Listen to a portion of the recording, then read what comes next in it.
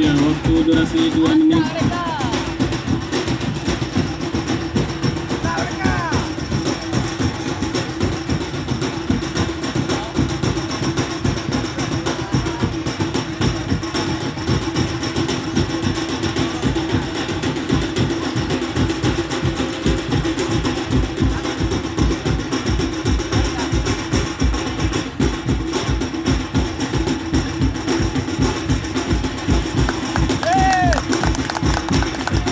Ya, permainan pakai kain sarung untuk melambangkan silek, juga melambangkan Sulau dan silek.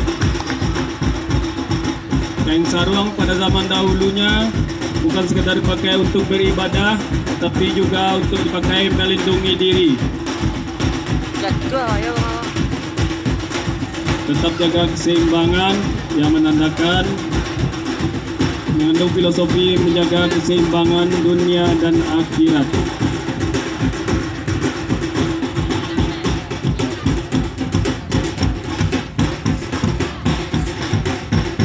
Seperti yang kita ketahui, kain sarung pada zaman dahulunya di samping dipergunakan untuk ibadah, juga dipergunakan untuk alat melindungi diri. Oke, siap. Terima kasih, tepuk tangan pada Sile Harimau Kayu Tanam.